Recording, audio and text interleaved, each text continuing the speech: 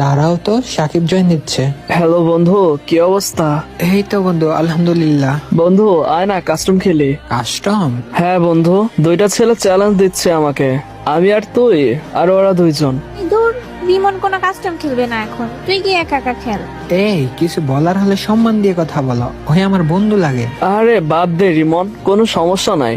সমস্যা না থাকলে গ্রুপ থেকে চলে যা ভাই, এখানে এসে বকবক করিস না।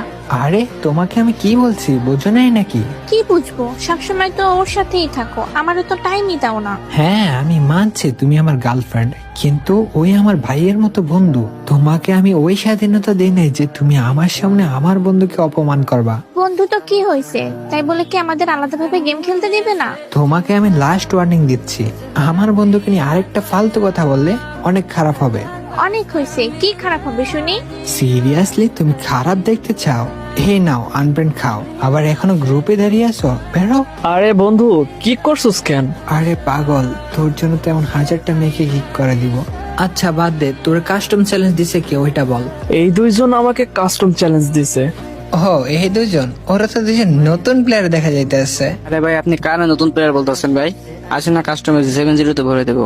আসলেই তো বন্ধু লল, আবার ও বলে সেলিব্রিটি, ওরে তো 7-0 দিয়ে দিব। লোল ভাই, তোমাদের সাথে 7 রাউন্ড খেলার টাইম নাই আমার।